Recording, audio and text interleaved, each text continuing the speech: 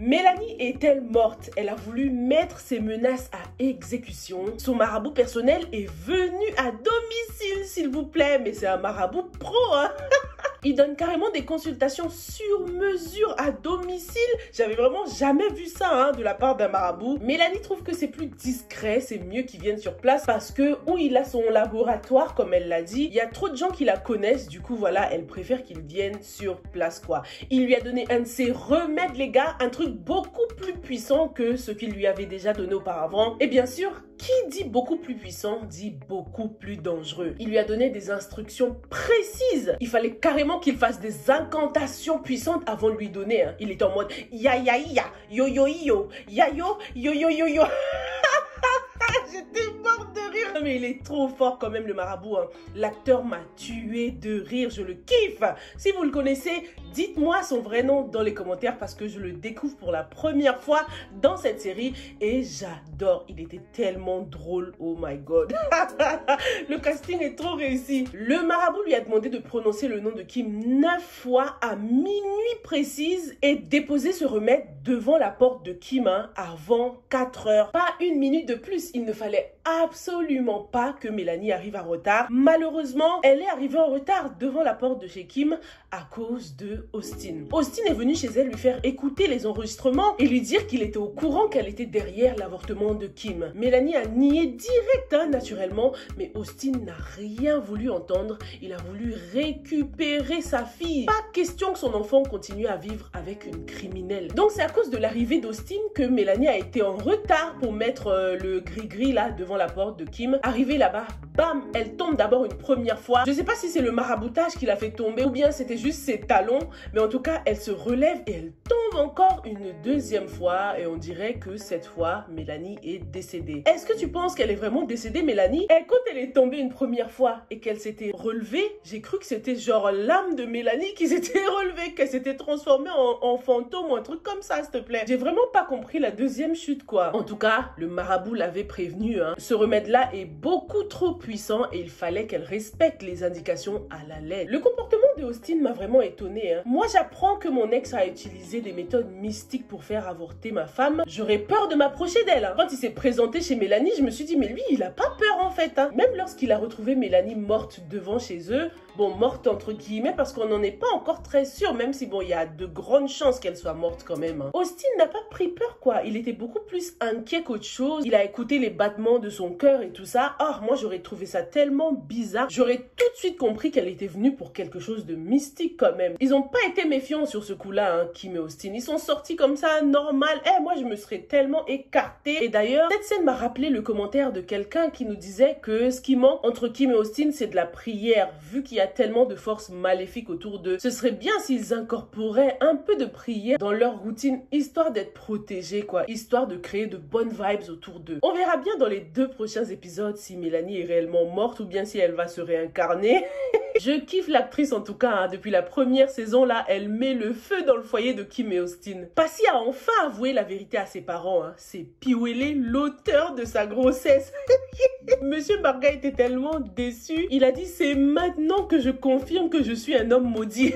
Lui et Hélène ont demandé à Passy, mais comment est-ce que tu as pu faire ça? Un homme qui t'a humilié, qui t'a jeté, qui t'a roulé dans la boue, tu retombes encore dans ses bras comme ça? Le seul qui a essayé de la comprendre, c'est Bill. Il l'a défendu, il a été de son côté, hein. Il a dit que l'amour, c'est vraiment inexplicable. Bah ouais, on sait, hein. Il parle en connaissance de cause, hein. Vu toutes les mauvaises choses qu'il a faites par amour. D'ailleurs, Sophie est encore une fois venue chez les Barga demander pardon. Elle a fait des excuses sincères, hein. Et cette fois, Benjamin et Hélène l'ont vraiment pardonné for real. Ils l'ont demandé de rentrer chez Bill et d'appeler s'il y a le moindre problème. Sophie, bien sûr, elle a exécuté, hein. Elle est rentrée chez son mari, mais Bill ne veut toujours pas lui pardonner, s'il vous plaît. Non, franchement, il abuse. De toute façon, lui, son karma arrive à grands pas, hein, parce qu'on découvre qu'il n'a même pas encore encore bien payé le malfrat là. Mais c'est un ouf quand même, hein. Après tout ce que le mec a fait pour lui, certes, il n'a pas tué peut-être les bonnes personnes, mais à cause de Bill, ce mec a quand même tué son collègue qu'il considérait comme un frère, quoi. On découvre aussi que ce malfrat là, il doit de l'argent à d'autres personnes. En fait, il prend les passeports des gens, je crois qu'il renouvelle les passeports ou bien il fait des visas, un truc comme ça. Les gens lui donnent de l'argent pour le faire et apparemment, il ne le fait pas. Du coup, il y a une femme là qui voulait absolument qu'il la rembourse. Elle l'a chopé dans la rue et la police est arrivée carrément, quoi. La police l'a embarqué au commissariat et ça ne sent pas bon du tout pour lui. C'est sûr qu'il comptait vraiment sur l'argent de Bill pour pouvoir rembourser ses clients du passeport, tout ça là. La police risque du coup de faire le rapprochement entre Bill et ce malfrat. On va sûrement lui demander, ouais, mais comment ça se fait qu'il vous doit de l'argent? Qu'est-ce que vous avez fait pour lui? Et bam, Bill se retrouvera de nouveau au commissariat. Arnold a présenté Alice à Antoinette. C'est la chrétienne qui est allée dénoncer Marie-Thérèse. Lorsqu'ils étaient dans la rue, Marie-Thérèse justement, elle est passée à côté et apparemment elle est enceinte, les gars.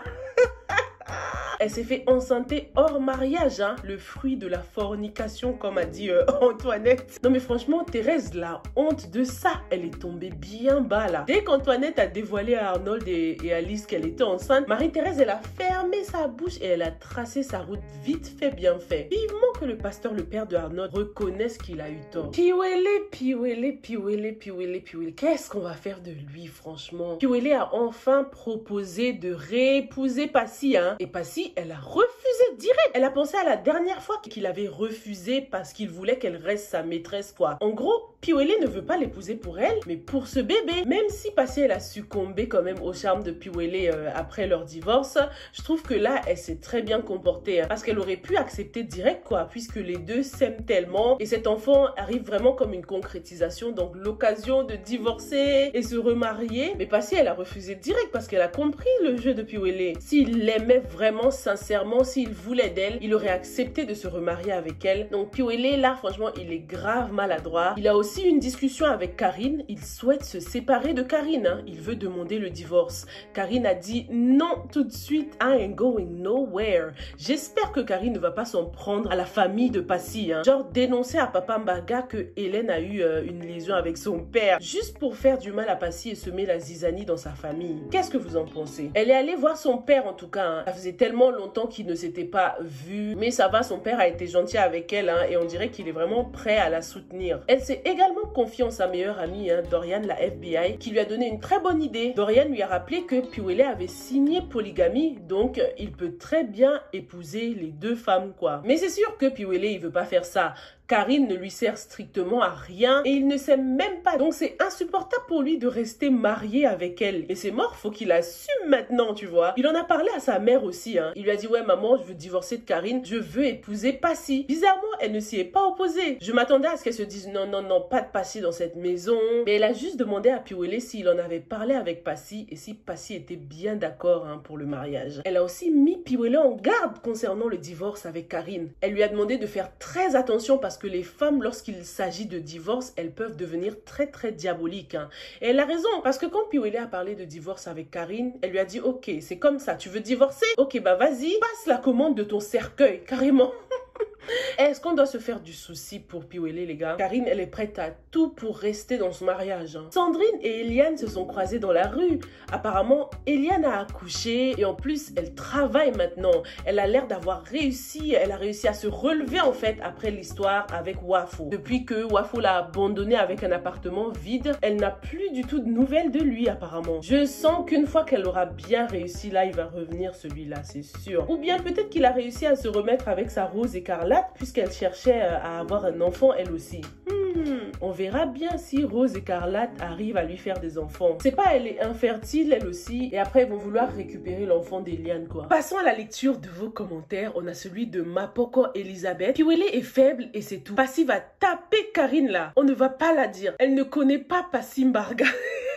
Je pense que le meilleur adversaire pour Karine, c'est Passy, c'est clair et net. Les deux femmes chauffent, hein, c'est des volcans. Mais je pense que Passy peut gagner ce combat. Qu'est-ce que vous en pensez? Il faudrait qu'elle soit bien entourée, hein, parce que Karine, elle est allée chercher du renfort, hein, avec son père. Il sera prêt à la soutenir et les deux familles vont devenir des ennemis. Surtout lorsqu'ils vont découvrir qu'il y a eu une liaison entre Hélène et Jean-Marie. Ça va chauffer. On a Marie-Lise qui nous dit « Les hommes de la série, on leur pardonne trop vite. quand c'est la femme qui est fautive. Faut voir tout le grabuge autour, la maltraitance. Passi m'a hyper déçue sur ce coup. Elle-même, en couchant avec Piwele, lui montre qu'il a bien fait d'aller voir ailleurs car elle le permet. C'est un homme marié maintenant, même si c'est avec Karine, une femme pas très douce. Mais c'est son choix qu'il assume. On ne maltraite pas les gens et on revient la bouche en cœur tout effacé. Regardez depuis combien de temps Sophie court derrière Bill. Pour Kim, j'espère que le bébé aura besoin de sang à la naissance et qu'ils constateront que son sang ne correspond pas à celui d'Austin. Là,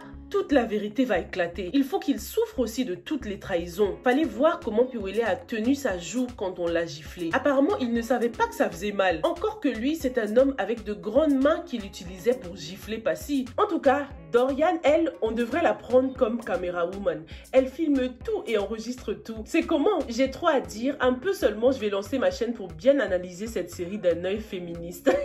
Merci beaucoup Marie-Lise pour ce joli commentaire. Je te jure, il y a tellement de choses à dire sur la série, mais comme vous l'avez constaté, je ne fais que des revues de la série, hein, pas d'analyse. C'est à la fin de la saison que je ferai une vidéo analyse de tout ce qu'on a constaté dans cette saison, toutes les leçons, tous les thèmes, tout ce qui est culturel, traditionnel, qui clash avec le moderne. On verra ça à la fin, une fois qu'on aura the full picture. J'espère vraiment que pour la saison 3, parce qu'apparemment il pourrait peut-être y avoir une saison 3, j'espère qu'elle sera tout de suite disponible sur YouTube pour qu'on puisse analyser la série bien comme il faut, quoi.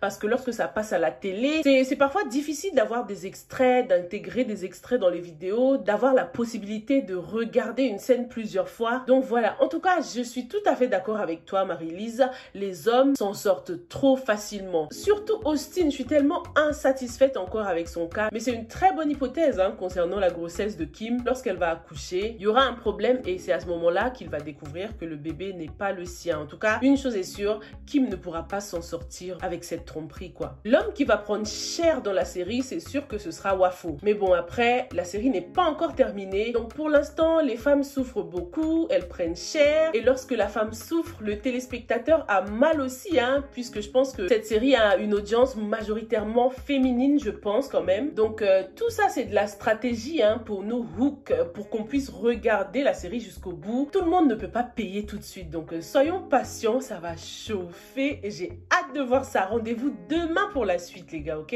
Stay safe and stay blessed. Bye!